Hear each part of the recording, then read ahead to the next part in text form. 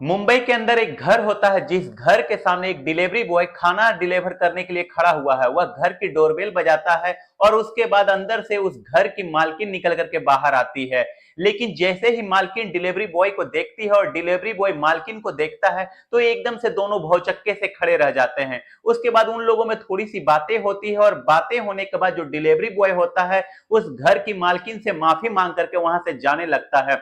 लेकिन तभी जो घर की मालकिन होती है वह उसे रोकती है और रोकने के बाद कहती है कि क्या हम लोग शादी कर सकते हैं। कौन था वे डिलीवरी बॉय और किस वजह से इस घर की मालकिन उसे शादी करने के लिए कह रही थी, पूरी कहानी की सच्चाई जानने के लिए वीडियो को अंत तक जरूर देखिए।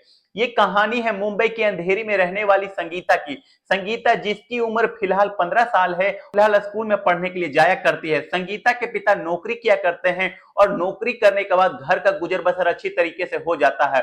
संगीता के घर में उसके माता पिता है, एक उसका छोटा भाई है और परिवार खुशियों के साथ जिंदगी बिता रहा है। संगीता पढ़ने लिखने में काफी ज्यादा होशियार है और वो चाहती है कि पढ़ लिख करके अपना माता पिता का नाम रोशन करे और इसी वजह से वो पढ़ाई को बहुत ज्यादा महत्व दिया करती है और वह सोचती है कि मैं और भी आगे पढ़ूंगी और पढ़ने लिखने के लिए विदेश तक भी चली जाऊंगी। और इसी बात को सोचते हुए संगीता पढ़ती रहती है। लेकिन तभी जैसे ही संगीता की 12वीं क्लास होती है और उसका एडमिशन ग्रेजुएशन में होता है तो उसी दौरान उसके पिता उसके लिए लड़का ढूंढने लगते हैं। अब यह सब कुछ देख करके संगीता अपने माता पिता को समझाने लगती है, कहती है कि देखो माँ बाबूजी, मुझे और आगे पढ़ना है और आगे पढ़ करके आपका नाम रोशन करना है। लेकिन संगीता के माता पिता उसे आगे पढ़ाने से सख्त मना कर देते हैं और कहते हैं कि नहीं संगीता, बेटियों को ज्यादा पढ़ना लिखना ठीक नहीं है। जो तुम कॉलेज में पढ़ रही हो, कॉलेज पढ़ने के बाद कुछ दिन बाद तुम्हारी शादी करा देंगे और शादी होने के बाद तुम अपने पति के साथ आराम से रहना। इसके बाद संगीता शादी से मना करने लगती है और कहती है कि माँ बाबूजी, मुझे ग्रेजुएशन तो करवा ही दीजिए, न जाने आगे कैसा घर बार मिलेगा, वे लोग पढ़ने दे या ना दे।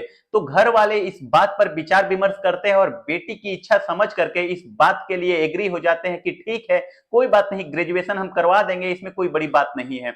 लेकिन धीरे धीरे 3 साल बीत जाते और 3 साल के अंदर उसकी ग्रेजुएशन कंप्लीट हो गई थी। जैसे ही संगीता की ग्रेजुएशन होती है और उसी दौरान उसके पिता ने उसके लिए एक लड़का भी ढूंढ लिया था, जिस लड़के का नाम होता है आदित्य। आदित्य भी मुंबई के ही अंदर रहा करता है। इनके घर से लगभग 10 से 15 किलोमीटर दूर उसका घर पड़ता है और वह भी मिडिल क्लास फैमिली से बिलोंग किया करता है। आदित्य जो कि कंपनी में अच्छी खासी जॉब किया करता है और अच्छे खासे पैसा कमाया करता है। संगीता भी जब आदित्य से मिलती है तो पहली ही नजर में उसे पसंद कर लेती है, क्योंकि आदित्य देखने में काफी ज्यादा हैंडसम होता है। और इसके बाद दोनों की धूमधाम से शादी हो जाती है और शादी होने के बाद संगीता आदित्य के घर चली जाती है। संगीता घर के अंदर अच्छी तरीके से रहा करती है, सास ससुर का सम्मान किया करती और फिर अपने पति की इच्छाओं का आदर किया करती। और तभी एक दिन शाम के समय संगीता अपने पति के साथ आराम कर रही होती है। वह उससे कहने लगती है कि देखो जी, मैंने पढ़ाई लिखाई की है, अब मैं पढ़ाई लिखाई के बल पर कुछ काम करना चाहती हूँ, मैं और महिलाओं की तरह घर में नहीं बैठना चाहती। अब इस बात को सुनकर के आदित्य उससे पूछने लगता है कि तुम क्या करना चाहती हो, तो वो कहती है कि मैं अपना कुकिंग इंस्टीट्यूट खोलना चाहती हूँ। अब इस बात को सुनकर के आदित्य कहने लगता है कि इसमें तो काफी सारे पैसे खर्च होंगे। तो वे कह देती है कि उसकी चिंता आप मत करो, अगर आप मुझे ये काम करवा सकते हो तो मैं अपनी शादी की जितनी भी ज्वेलरी है वे सभी को बेच दूंगी और उनसे कोचिंग इंस्टीट्यूट खोल दूंगी। अब संगीता के पिता ने उसे इतनी ज्वेलरी तो दे दी थी जिसे बेच करके वह अपना कोचिंग इंस्टीट्यूट खोल सके। लेकिन इस बात के लिए आदित्य को थोड़ा परेशान हो जाता है, क्योंकि उसे नहीं पता होता है कि उसकी पत्नी इस कोचिंग सेंटर को चला भी पाएगी और कहीं ऐसा भी ना हो कि पैसे भी चला जाए और साथ में संगीता के सपने भी चले जाए। इसी बात को सोच करके वह कहता है कि मुझे 2-3 दिन का समय चाहिए। आदित्य इसके बाद इस बात के बारे में अपने इधर उधर दोस्तों से बातें करता है और उनसे पूछने लगता है कि कोचिंग सेंटर का बिजनेस कैसा होता है। तो आदित्य के जो दोस्त होते हैं सभी इस बिजनेस को अच्छा बताते हैं और कहते हैं कि इसमें कोई भी दिक्कत नहीं है, ना तो हमें कुछ खरीदना होता है और ना ही इसमें कुछ बेचना होता है, इसमें तो केवल स्किल के आधार पर पैसा ही पैसा कमाते हैं लोग और लोगों की भलाई भी हो जाती है। और इस बात को सुनकर के आदित्य जो होता है वह अपनी पत्नी को बिजनेस को करवाने के लिए एग्री हो जाता है और घर आने के बाद अपनी पत्नी को बता देता है कि तुम इस काम को आराम से कर सकती हो, इसमें कोई भी दिक्कत नहीं है। इसके बाद आदित्य मिल करके अपनी पत्नी के गहनों को गिरवी रखवा देता है और फिर उनसे कहता है कि इन्हें बेचने की जरूरत नहीं है, इससे हम लोन पर पैसा ले लेंगे और जैसे ही तुम्हारे पास पैसा हो जाए तो इनको चुका देना। इस बात को सुनकर के जो संगीता होती है वह भी एग्री हो जाती है और कहती है कि ठीक है, अगर ऐसी बात है तो ऐसा ही कर लेते हैं। दोनों पति पत्नी गहने को गिरवी रख करके कुछ पैसे उधार ले लेते हैं और उस पैसे से एक बिल्डिंग किराए पर लेकर के उसमें संगीता का कोचिंग सेंटर खुलवा दिया जाता है। संगीता अपने कोचिंग सेंटर पर मेहनत करने लगती है और उसकी मेहनत रंग भी लाती है। तो कुछ दिनों के बाद संगीता के पास इतने ज्यादा पैसे हो जाते हैं कि उन पैसों से वे उन गहनों को छुड़ा लेती है, जिन गहनों को गिरवी रखने के बाद उसने कोचिंग सेंटर की स्थापना की थी। और इसके बाद संगीता के पास कुछ और टीचर काम करने लगते हैं और उनके थ्रू ही संगीता को अच्छी खासी इनकम होने लग जाती है। अब धीरे धीरे करके संगीता अच्छा खासा लगभग पैसा कमा लेती है और फिर उन पैसों को देख करके उसका पति बड़ा ही खुश हो जाता है। आदित्य कहता है कि ये तो बड़ी अच्छी बात है, तुमने अपने जेवर भी गिरवी रखे थे उनको भी छुड़ा लिए और साथ में और भी पैसे तुम्हारे पास इकट्ठा हो गए हैं, कुछ पैसे मैंने भी इकट्ठा किए हैं, तो हम दोनों क्यों ना मिलकर के एक फ्लैट खरीद ले और उस फ्लैट को किराए पर चढ़ा देंगे, उससे भी कुछ ना कुछ इनकम हो जाएगी और परिवार अच्छी तरीके से समय व्यतीत करने लगेगा। अब यह बात सुनकर के संगीता भी इस बात के लिए एग्री हो जाती है, तो दोनों पति पत्नी अपने बचाए हुए पैसों से एक फ्लैट खरीद लेते हैं और फिर उसको किराए पर चढ़ा देते हैं। उसी दौरान संगीता को पता चलता है कि वह प्रेग्नेंट हो गई है और फिर कुछ दिनों के बाद उसे बच्चा होने वाला है। यह खबर सुनकर के आदित्य भी इस बात की खुशी मनाता है और पूरा परिवार के अंदर एक खुशियों की लहर दौड़ जाती है। धीरे धीरे करके समय बीतता है और समय के साथ साथ संगीता की डिलीवरी भी हो जाती है और डिलीवरी के दौरान संगीता ने एक लड़के को जन्म दिया था। परिवार के अंदर एक नन्हा मेहमान आ गया था और उस नन्हे मेहमान को पा करके पूरा परिवार बड़ा ही खुश हो जाता है। सब कुछ अच्छी तरीके से चल रहा होता, कोई भी कैसी भी दिक्कत नहीं थी, लेकिन तभी उसी दौरान जो संगीता का बिजनेस होता है वह और भी ज्यादा आसमान चूमने लगता है और उसे ढेर सारी इनकम आने लगती है। अब जैसे ही उसकी ज्यादा इनकम आने लगती है तो उसके पति की जो सैलरी होती है वह कम रह जाती है, तो वह एकदम से अंदर ही अंदर संगीता की इस बात से चिढ़ने लग जाता है। हालांकि संगीता ने उन्हें ऐसी कोई बात महसूस नहीं होने दी थी, लेकिन उसका जो पति होता है आदित्य इन सब बातों को महसूस करने लगता है और फिर वह सोचने लगता है कि मेरी पत्नी ज्यादा पैसा कमाया करती है और मैं कम पैसे कमा रहा हूं। ऐसा ही करते हुए आदित्य जिस कंपनी में काम किया करता था वहां पर कुछ गड़बड़ उससे हो जाती है और उस गड़बड़ के चलते वो कंपनी वाले उसे कंपनी से निकाल देते हैं। अब कंपनी से आदित्य निकल चुका होता है, उसके बाद घर पर वह बैठ जाता है, लेकिन संगीता उसे सहारा देती है और कहती है कि चिंता मत करो, मेरा काम अच्छा खासा चल रहा है और साथ में हम लोगों का फ्लैट का किराया भी आ रहा है। अब आप लोगों को चिंता करने की कैसी भी जरूरत नहीं है, आप घर पर आराम से रहो और बच्चे की देखभाल कर लिया करो और माता पिता की देखभाल कर लिया करो। संगीता की यह बात आदित्य के घाव को कुरुदने के काम करती है और इस बात का आदित्य गलत ही मतलब ले जाता है। वह सोचने लगता है कि पत्नी तो अब केवल मुझे बच्चे संभालने लायक ही समझ रही है और इसी वजह से उसने मुझे घर पर रहने के लिए कह दिया है। अब इन्हीं बातों को सुन करके आदित्य संगीता से लड़ाई करने लग जाता है और धीरे धीरे उनकी लड़ाई कुछ ज्यादा ही बढ़ जाती है। अब जब संगीता अपने पति का बदला हुआ स्वभाव देखती है तो उसे समझाने की भी कोशिश करती है, लेकिन आदित्य उसकी एक भी बात सुनने के लिए तैयार नहीं होता और फिर वह उससे लड़ाई ही करता रहता है। उधर संगीता देखती है कि उसके घर में तो खामाखा कलेश का माहौल बन रहा है, तो उसके बाद वह अपने पिता के पास फोन कर देती है। जैसे ही पिता को वे सभी बातों को बताती है कि आदित्य मुझसे लड़ाई करने लगा है, न जाने उसे ऐसा क्या हो गया है, उसकी नौकरी भी छूट गई है। अब इन बातों के सुनने के बाद संगीता का जो पिता होता है वह उससे कहता है कि बेटी अपने परिवार को संभालो और फिर अगर तुम यह चाह रही हो कि और लड़की के पिता की तरह मैं वहां पर आकर के तुम्हें अपने साथ ले जाऊंगा तो ऐसा बिल्कुल भी नहीं होगा। यहां से तुम्हारी एक बार डोली उठ गई है तो उसके बाद तुम उस घर की रहने वाली हो और उसी घर से तुम्हारी अर्थी उठेगी। इस बात को कह करके संगीता के पिता ने संगीता को समझा दिया था और कह दिया था कि इस घर के अंदर तुम्हें कोई भी जगह नहीं मिलेगी, तुम्हें उसी घर के अंदर रहना है। इसके बाद संगीता अपने पिता की इस बात को सुनकर के थोड़ी परेशान हो जाती है और उसका भी दिमाग खराब होने लग जाता है। उधर आदित्य का भी दिमाग खराब है, उधर संगीता का भी दिमाग खराब है। तो एक दिन अचानक से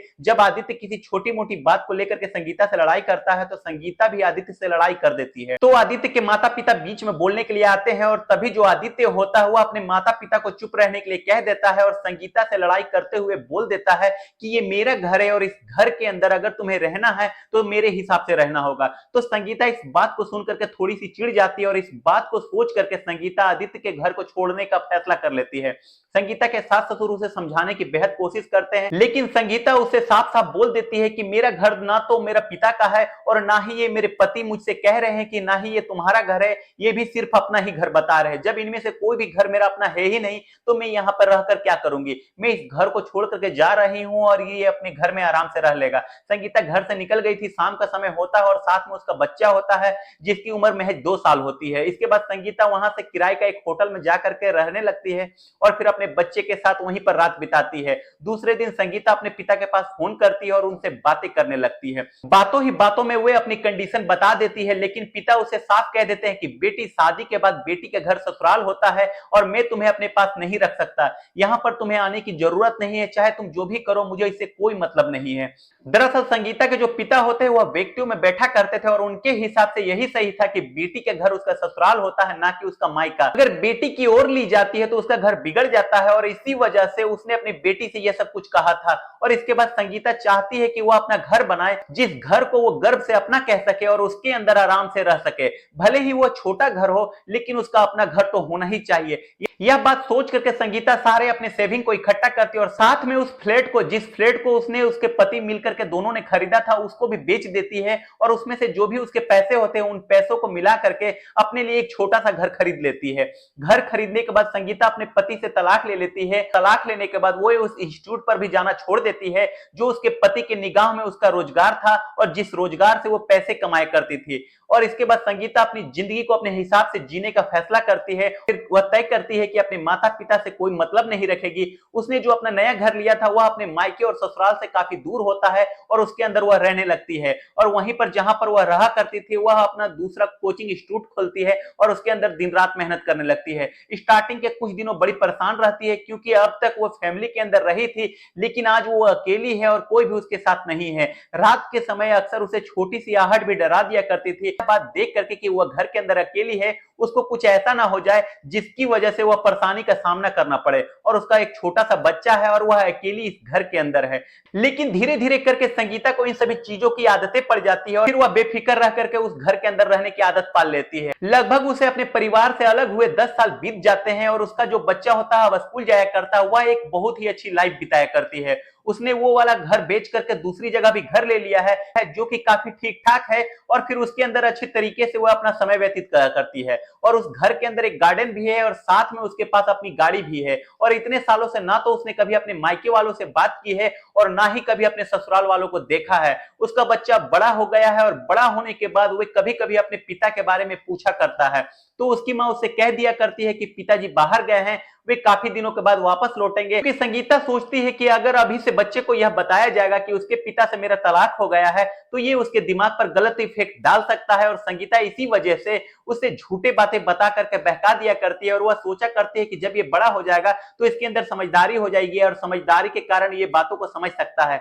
और इसी तरीके से वह अपने बच्चे को बड़ा कर रही होती है। तभी एक दिन शाम के समय उसका लड़का जो होता है वह अपनी माँ से कुछ स्पेशल चीज खाने के लिए कह रहा होता है। इसके बाद संगीता अपने बेटे की इस बात को सुनती है और वहां से उसके लिए वो चीज ऑर्डर कर देती है। घर के अंदर माँ बेटे बैठे हुए थे, तभी थोड़ी ही देर बाद घर के दरवाजे की घंटी बजती है। अब जैसे ही घंटी बजती है तो संगीता चहकती हुई आती है उस खाने को लाने के लिए जो उसके बेटे ने डिमांड की थी और दरवाजा खोल देती है। दरवाजा खोलते ही सामने जैसे ही वो डिलीवरी मैन को देखती है तो एकदम से हैरान हो जाती है और फिर भौचक्की से खड़ी रह जाती है। इधर जो डिलीवरी बॉय होता है वह भी संगीता को देख करके बड़ा ही हैरान हो जाता है और भौचक्का सा खड़ा रह जाता है। दरअसल दोस्तों सामने जो डिलीवरी बॉय होता हुआ और कोई नहीं बल्कि संगीता का वही पति था जिससे उसका तलाक हो गया था और फिर वह उससे अलग रहने लग गया था। अब अपने पति आदित्य की ऐसी हालत देख करके संगीता बहुत ही ज्यादा हैरान हो जाती है क्योंकि उसकी हालत बहुत ही ज्यादा कमजोर है और फिर वह डिलीवरी बॉय की जॉब कर रहा है। इसके बाद संगीता के दिमाग में ये जो सवाल होते हैं उन सवालों के जवाब जानने के लिए संगीता आदित्य से बात करने लगती है। वे कहती है कि आदित्य तुम्हारी ऐसी हालत कैसे? तो उसके बाद जो आदित्य होता है वह कहने लगता है कि छोड़ो इन बातों को, तुम्हारे लिए खाना लेकर के आया हूं, इस खाने को ले लो और मुझे यहां से जाने दो। लेकिन संगीता कहती है कि चले तो तुम जाना, मैं तुम्हें कहां रोकने वाली हूं, लेकिन तुम ये बता तो सकते हो ऐसी क्या जरूरत आन पड़ी है जो तुम्हें डिलीवरी बॉय का काम करना पड़ रहा है। इधर जो आदित्य होता है उसके दिमाग में बहुत सारी बातें चल रही होती है। वे उन बातों को करने के लिए संगीता को उसे अपने बारे में बताना पड़ता है। बताता है कि संगीता जब मेरा और तुम्हारा तलाक हो गया था तो तलाक के बाद मुझे रियलाइज हुआ कि मैंने जो कुछ भी किया है वो बहुत ही गलत किया है और ऐसा मुझे नहीं करना चाहिए था। दरअसल जो कुछ भी मैंने तुम्हारे साथ किया था वह मेरे दिमाग की उपज थी, ना ही कोई ऐसी बात थी जिस बात के लिए मैं तुमसे लड़ाई किया करता था। लेकिन जब तुम वहां से चली गई थी तो उसके बाद मैंने तुम्हारे घर पे जाकर तुमसे बात करने की कोशिश की, लेकिन तुम मुझे वहां पर मिली ही नहीं। मैंने काफी दिनों तक तुम्हें इधर उधर ढूंढा, तुम ढूंढने से भी मुझे नहीं मिलती हो तो मैं इस बात को लेकर के बड़ा ही परेशान हो जाता हूं। तुम्हारे फोन को मैं बार बार ट्राई किया करता हूं लेकिन तुमने वो वाला नंबर बंद ही कर दिया था और इसके बाद मैं तुम्हें ढूंढ नहीं पाता हूं और इसी वजह से मेरा कहीं पर मन नहीं लगता है और मैं शराब पीने लग जाता हूं। और और शराब पीने के कारण मैं काफी ज्यादा शराब का आदी हो चुका होता हूं, और जैसे ही मैं शराब का आदी होता हूं तो पूरी तरीके से मेरी जिंदगी बर्बाद हो जाती है। मैंने अपने घर को भी बेच दिया और मेरे माता पिता भी मुझे छोड़ करके चले गए हैं, और जब मेरे पास कुछ भी नहीं होता है, शराब पीने के लिए पैसे तक नहीं होते हैं, तब मुझे होश आता है कि मैं ये क्या कर रहा हूं। मैंने अपनी जिंदगी को पूरी तरीके से बर्बाद कर लिया है। उसके बाद मैं इधर उधर काम ढूंढता हूं, और ढूंढने के बाद ये काम मुझे मिल जाता है, और इसी काम को करके मैं अपना गुजारा किया करता हूं, और एक किराए के कमरे में रहा करता हूं, और वहीं से अपने जीवन को व्यतीत किया करता हूं। यह बात सुनकर के संगीता को अपने जवाब मिल गए थे, लेकिन फिर आदित्य संगीता के बारे में पूछने लगता है। संगीता भी अपने बारे में सब कुछ बता देती है, और जैसे ही आदित्य को पता चलता है कि उसका बेटा अच्छे से जिंदगी जिया करता है, तो कोई भी कैसी भी दिक्कत नहीं है, जो आदित्य इस बात से संतुष्ट होता है और फिर वहां से संगीता से माफी मांग करके जाने लगता है। लेकिन तभी संगीता जो होती है आदित्य को जाते हुए देखती है, तो उसके दिमाग में अपने बेटे के लिए वो सवाल आने लगते हैं कि माँ पापा कहाँ हैं और पापा कब आएंगे। इधर आदित्य से बात करके उसे पता चल गया था कि आदित्य ने ना तो केवल दूसरी शादी की है, और वह अकेले अपनी जिंदगी को व्यतीत कर रहा है। इसके बाद वह आदित्य को रोकती है, और रोकने के बाद उससे शादी करने के लिए पूछने लगती है। आदित्य उससे मना करता है, कहता है कि नहीं संगीता, मैं इस लायक नहीं हूं। लेकिन संगीता आदित्य से कहती है कि आदित्य, जो कुछ भी तुम्हारे साथ हुआ है उसके बारे में तुमने मुझे साफ साफ बता दिया है, इसमें तुम्हारी गलती नहीं है। कभी कभी इंसान का ऐसा टाइम आ जाता है कि उसे अच्छाई में भी बुराई दिखने लग जाती है, और वही तुम्हारे साथ हुआ था। लेकिन आज तुम सुधर चुके हो, और क्यों ना तुम मेरे साथ ही रहो, और यहीं पर हम सभी लोग हंसी खुशी अपने जीवन व्यतीत करेंगे। और इसके बाद आदित्य कहने लगता है कि ऐसी बात है तो पहले तो तुम्हें मुझे माफ करना होगा, उसके बाद मैं तुम्हारे साथ रह सकता हूं। संगीता कह देती है कि हाँ, मैंने तुम्हें माफ कर दिया है, लेकिन अब हम दोनों एक साथ रहेंगे। उसके बाद आदित्य संगीता की शादी हो जाती है। जब आदित्य के बेटे को यह बात पता चलती है कि उसके पिता बाहर से कमा करके वापस आ गए हैं, तो वो बड़ा ही खुश हो जाता है, और अपने पिता से मिल करके बहुत सारे बातें करता है, और उन बातों को, जिन बातों को वो स्कूल में और बच्चों के थ्रू वह सुना करता था, वे अपने पिता से ये बातें करते हैं, वो बातें करते हैं, और इसी तरीके की बातें वो अपने पिता से करता है। तो दोस्तों, ये थी आज की कहानी। आप लोगों को जैसी भी लगी हो कमेंट सेक्शन में बता देना। वीडियो अगर अच्छी लगी हो तो चैनल को लाइक शेयर सब्सक्राइब करना ना भूले। मिलते हैं अगले किसी नए वीडियो में, तब तक के लिए जय हिंद,